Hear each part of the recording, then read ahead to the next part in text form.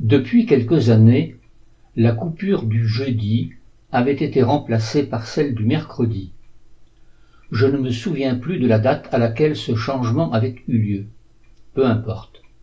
L'équilibre entre les deux périodes de travail scolaire était finalement meilleur, puisque, au lieu d'avoir 3 jours de présence à l'école, puis 2 jours, et finalement 1 journée et demie à la suite de la suppression des cours le samedi après-midi, nous avions maintenant la répartition suivante. 2 jours, 1 journée de repos, puis 2 jours et demi. Il ne faut pas croire que ce changement était dû à une demande de l'Éducation nationale. Cette nouvelle répartition dans la semaine avait d'autres origines. La première, le passage de 3 journées à 2 en début de semaine, était intervenue lorsque la chasse, qui était ouverte tous les jours de la semaine, avait été réduite à 1 journée hors week-end et avait été fixée au mercredi. Dans les campagnes, à cette époque, beaucoup de présidents ou de secrétaires d'associations de chasse étaient des instituteurs. Ils firent le forcing auprès de la Fédération française de chasse pour que cette journée soit fixée au jeudi plutôt qu'au mercredi, mais sans succès. Ils se retournèrent alors vers le ministère de l'Éducation nationale et obtinrent gain de cause. Il se trouve que cela semblait plus rationnel du point de vue pédagogique. La suppression du samedi après-midi avait une toute autre origine. C'est à la suite d'une demande longtemps réitérée du SNI, le syndicat national des instituteurs, auprès du ministère, que cette modification avait été obtenue. Elle avait été accordée pour compenser les heures que les enseignants étaient censés consacrer à des réunions communes à caractère pédagogique. Le jeudi, puis le mercredi à la suite du changement, était destiné aux familles qui souhaitaient faire suivre une instruction religieuse à leurs enfants. C'était également le moment choisi par les parents pour inscrire leurs enfants dans des clubs sportifs. Beaucoup d'enseignants s'investissaient dans ces clubs et encadraient des équipes de jeunes.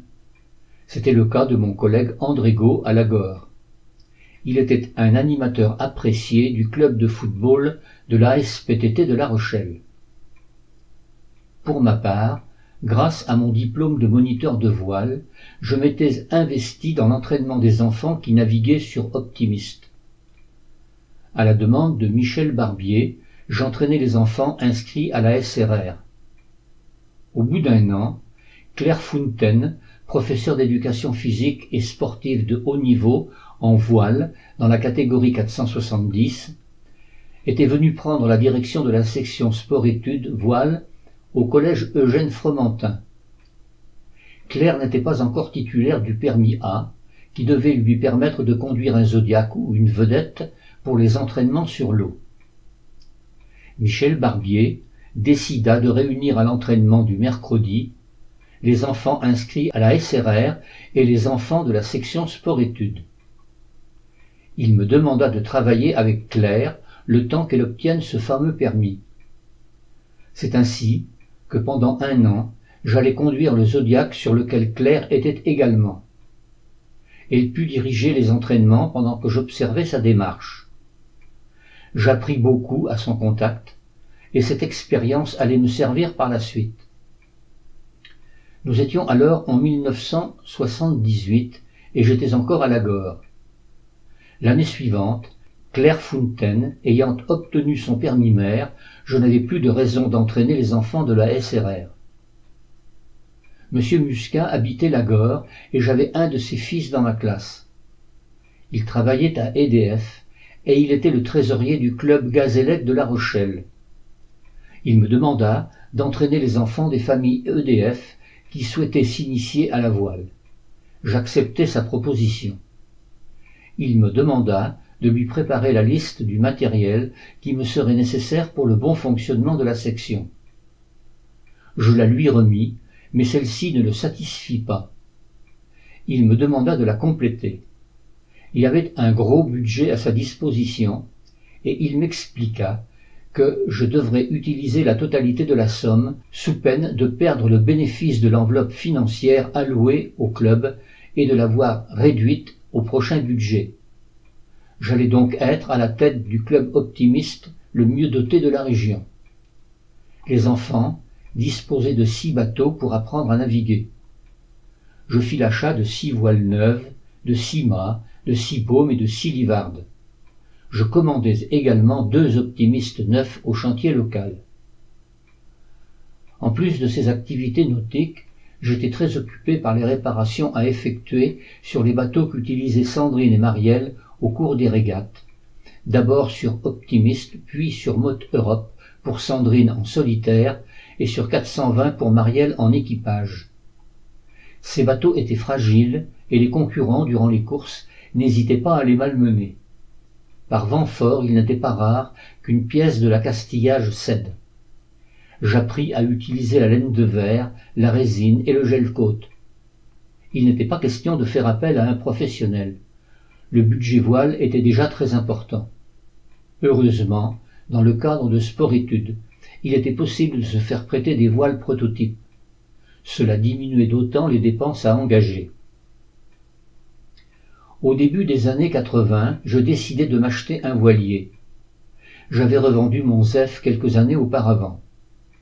Je souhaitais aborder le domaine de la croisière. J'avais participé à plusieurs stages, avec l'école de voile Rochelaise, avec Europe Yachting, avec l'école Gaillard à Cavalère puis à Pornichet. Je trouvais un sylphe d'occasion. C'était un bateau construit par les chantiers du Four. Il était long de 6,54 m et doté de 4 couchettes. Sa hauteur sous barreau n'était que de 1,45 m. Muni d'une quille de 1,05 m, c'était un quillard raide à la toile, bien équilibré, avec lequel j'ai pu naviguer durant plusieurs années en 5e catégorie, c'est-à-dire que je devais toujours être à moins de 5 milles d'un abri. Il me permit de faire de nombreuses balades en mer, entre les îles du Pertuis d'Antioche ou jusqu'au port de Saint-Martin dans le Pertuis breton. Le samedi ou le dimanche, quand il n'y avait pas de régate, je partais avec des copains faire le tour de l'île d'Aix ou du Fort Boyard. Il nous est même arrivé d'aller prendre un mouillage le long de la plage de Boyarville et de passer la nuit bercé par les vagues. À l'embarcadère de l'île d'Aix, là où les bacs viennent accoster le jour pour débarquer les touristes venus passer la journée, une large anse remplie de vases était également un endroit idéal pour venir mouiller la nuit. Nous arrivions, à marée haute, nous amarrer sur une des nombreuses bouées ancrées à cet endroit, et nous attendions que la mer baisse. La quille du bateau s'enfonçait dans la vase molle. Le bateau restait bien droit, et c'était un endroit rêvé pour passer une nuit, loin de tout, dans un calme absolu. Entre-temps, nous avions eu la possibilité de descendre à terre durant 1 heure ou 2 grâce à une annexe gonflable. Nous pouvions en profiter pour visiter l'île. Pour parfaire ma formation, au cours de l'année 1983, je décidai de préparer et de passer le permis B. Cette formation n'était absolument pas nécessaire pour naviguer à la voile. C'était une instruction théorique qui portait essentiellement sur la lecture des cartes, sur le tracé de route maritime en tenant compte de la vitesse et du sens du courant et de la déclinaison du nord magnétique par rapport au nord géographique. Cette déclinaison varie de quelques dixièmes de degré tous les ans. Elle est indiquée sur les cartes marines et il faut régulièrement la recalculer pour obtenir la route à suivre. Un stage de formation était programmé au centre nautique de La Rochelle et assuré par un ancien capitaine hauturier. Je suivis cette formation et je passai l'examen le 31 mars 1984. Il avait lieu à l'École nationale des douanes, dans ses locaux de Lalleux-la-Palisse. Il y avait là de nombreux douaniers et des plaisanciers. Nous étions environ 40 à passer l'examen. L'épreuve durait 2 heures.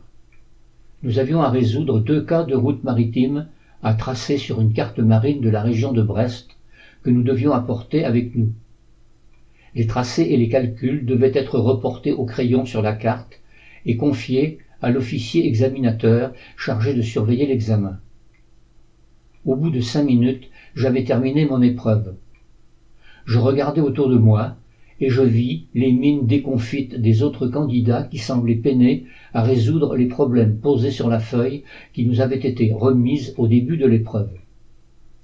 Je décidai de faire une seconde fois mes calculs, et sûr du résultat, je vérifiai à nouveau mon tracé. Tout me sembla correct. Je décidai de sortir et de remettre ma carte à l'officier. Il s'était écoulé à peine 10 minutes depuis le début de l'examen. Les autres candidats relevèrent la tête en me voyant sortir.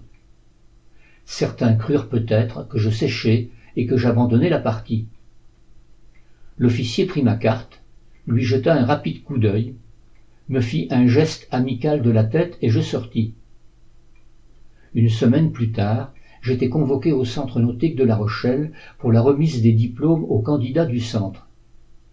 J'avais été reçu premier avec la note de 17 sur 20.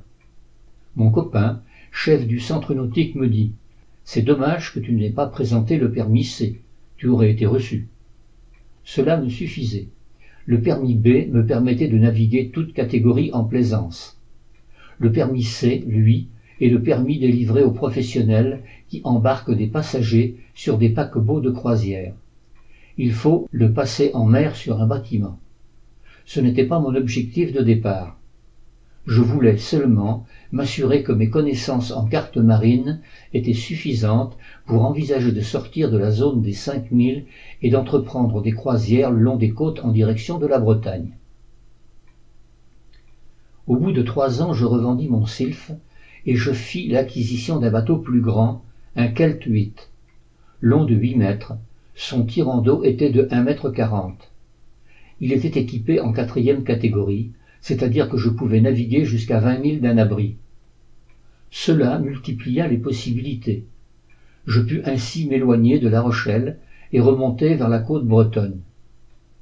À plusieurs reprises, il fut possible de partir en croisière, rejoindre l'île Dieu, le port de plaisance de l'Herbaudière à la pointe de Noirmoutier, puis l'île de Heudic, le golfe du Morbihan et ses nombreuses îles, la Trinité-sur-Mer et Belle-Île-en-Mer.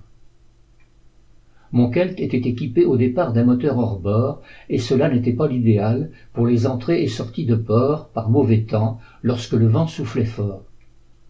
La houle faisait que par moments l'hélice sortait de l'eau et que le bateau n'était pas très manœuvrant. Ce fut pourtant un jour de grand calme qu'il m'arriva une mésaventure. Ce jour-là, nous avions décidé de faire escale à Port-Bourgenais en Vendée. C'était un port construit récemment le long de la côte vendéenne, à un endroit où il n'y avait aucune protection naturelle. Le vent était faible, de force 2. Il n'y avait aucune raison de s'inquiéter. Il avait fait mauvais temps les jours précédents, et il restait une ample houle résiduelle. En arrivant du large, il était difficile d'imaginer que cette houle, en venant mourir sur la côte, créait un fort ressac. C'est en arrivant à moins d'une encablure du rivage que je vis la vague venir se fracasser sur le rivage. Je venais d'affaler la grand-voile et le génois et je naviguais au moteur. La digue, qui protégeait l'entrée du port, était toute proche. Il était trop tard pour manœuvrer et pour s'éloigner du rivage. Le mouvement de l'eau accéléra la vitesse du bateau. Au moment où je poussais la barre sur tribord pour pénétrer dans l'entrée du chenal, la houle souleva le bateau, l'eau reflua, et la quille du bateau tapa violemment le fond avant que l'eau reprenne son niveau et que le Kelt flotte à nouveau. Sous le choc, le moteur hors bord fut projeté à l'eau. Sa chaise avait cassé net sous la violence de l'impact. Heureusement, j'avais assuré le moteur à l'aide d'un bout et je pus le remonter à bord. Mon bateau était maintenant protégé par la jetée du port. Comme je m'apprêtais à hisser ma grand-voile pour être à nouveau manœuvrant, le Zodiac de la capitainerie arriva à ma hauteur. Il avait été aussitôt averti par les plaisanciers qui avaient observé la scène du haut de la digue. Le matelot me lança un bout que j'amarrai à l'avant du bateau et il me tira jusqu'au ponton d'accueil. La capitainerie décida aussitôt la fermeture du port et les bateaux qui approchaient de l'entrée furent priés de continuer leur navigation jusqu'au Sable d'Olonne. Dès que je fus à quai, j'inspectai le fond du Kelt sous le plancher de la cabine. Je constatai une légère fissure qui suintait. Je partis à la recherche d'une chaise pour le moteur. Une fois rincé, celui-ci voulut bien redémarrer. Le lendemain, après avoir vérifié que l'eau n'avait pas envahi les fonds, nous pûmes reprendre la mer en direction de La Rochelle. Entre-temps, la météo avait changé. La houle avait fait place à une mer formée. Les vagues étaient plus courtes et la sortie du port n'offrait plus la dangerosité de la veille. Au minime, je fis gruter le bateau pour inspecter la quille. Sa liaison avec la coque était délaminée. Il fallut la réparer et j'en profitai pour faire installer un moteur in-bord beaucoup plus sécurisant par mauvais temps. Au cours de l'année 1984, je fis la connaissance d'un couple de la région parisienne, originaire de l'île de Ré. Ils avaient mis une annonce à la capitainerie du port de La Rochelle, car ils cherchaient un équipier pour partir 1 mois en croisière dans la région des îles Britanniques. C'est ainsi que nous partîmes à 4, du 28 juillet au 23 août, pour un long périple sur un voilier de 8 mètres 30 au départ de Deauville, où le bateau était amarré.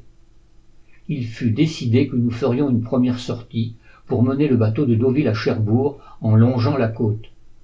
Cela permettait de faire connaissance et de prendre nos marques. Nous devions ensuite revenir à La Rochelle, puis retourner la semaine suivante à Cherbourg pour y démarrer la croisière proprement dite. Durant la semaine entre ces deux navigations, j'ai pris la précaution de consulter un dentiste pour vérifier l'état de mes dents. Pourtant, j'allais avoir un sérieux souci peu après l'embarquement pour la traversée de la Manche. Le jour convenu, nous prîmes la mer à Cherbourg au petit matin. Une première étape nous mena dans l'île d'Aurigny. De là, le lendemain, nous entreprîmes la traversée de la Manche en direction du port de Salcombe en Angleterre. L'air était frais et je ressentis une douleur aux gencives.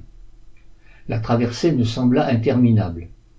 Nous dûmes franchir les rails montant et descendant des cargos. C'était impressionnant de voir ces mastodontes nous rattraper puis nous dépasser. Il fallait être très attentif afin de ne pas risquer d'être trop près d'eux au moment du croisement, afin de ne pas se trouver pris dans leur vague d'étrave. Elle aurait pu déstabiliser la coque de notre petite embarcation. Monsieur Dupeux, le propriétaire de Zenana, avait mis le hors-bord en marche pour nous permettre de nous dégager à temps en cas de nécessité. Malgré cela, à chaque croisement, le bateau était chahuté au moment où la vague d'étrave nous atteignait. Les cargos se suivaient à distance rapprochée. On se serait cru sur une autoroute un jour d'affluence. Arrivé à Salcombe, j'allai consulter un dentiste qui me donna un traitement pour soigner ma gingivite qui s'était brusquement déclarée, et je fus soulagé. Les jours suivants, nous continuâmes la croisière en longeant la côte sud de l'Angleterre et nous remontâmes vers le nord en direction de Milford Haven, au pays de Galles, après avoir contourné le cap Lizard. Les étapes étaient longues. Nous faisions environ 80 milles chaque jour, la plupart du temps à la voile, mais notre capitaine démarrait souvent le moteur lorsque le vent tombait. Le soir, nous arrivions épuisés, souvent de nuit, pour prendre un mouillage dans l'embouchure d'un des petits fleuves côtiers ou dans un petit port de pêche. Le lendemain, après avoir fait le plein des jerrycans en carburant, nous reprenions notre périple. J'aurais aimé que nous prenions davantage notre temps, mais M. Dupeux avait un plan bien précis et le trajet qu'il s'était fixé était tel que nous devions absolument respecter le timing si nous voulions l'accomplir dans le délai d'1 mois. De Milford Haven, nous avons rejoint le port de Dungarvan en Irlande, puis d'étape en étape, nous sommes allés tourner autour du célèbre rocher le Fastnet, connu de tous les marins qui pratiquent la course au large.